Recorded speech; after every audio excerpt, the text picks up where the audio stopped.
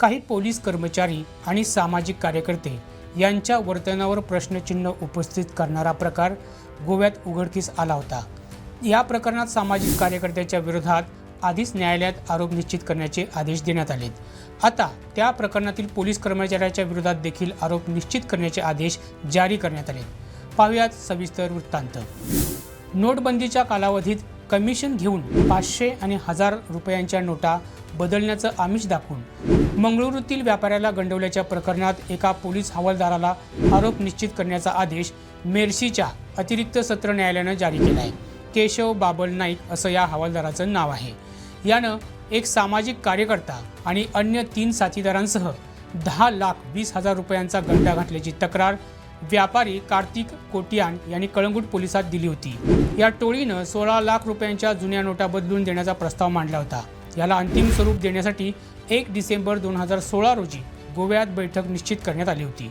बैठकीवेळी समाज कार्यकर्ता दीपक गडेकर, हवालदार केशव नाईक, त्यांचे साथीदार आत्माराम माळवणकर, प्रितेश अगरवाडेकर आणि गौतम कोरगावकर घटनास्थळी आले।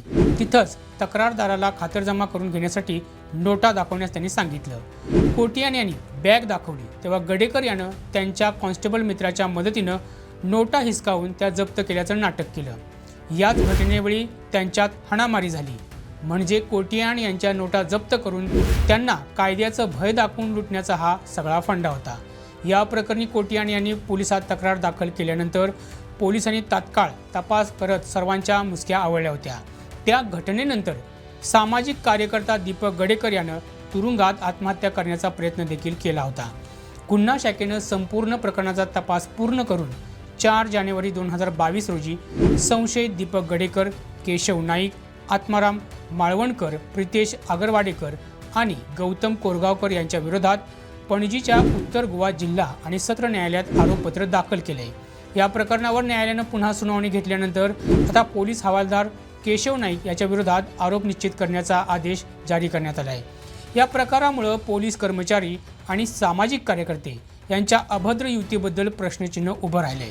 यावर तुमची काय प्रतिक्रिया आहे ती आम्हाला कमेंट बॉक्समध्ये जरूर कळवा आणि गोव्यातील महत्त्वपूर्ण घडामोडी जाणून घेण्यासाठी आमच्या YouTube चॅनलला सबस्क्राईब करा।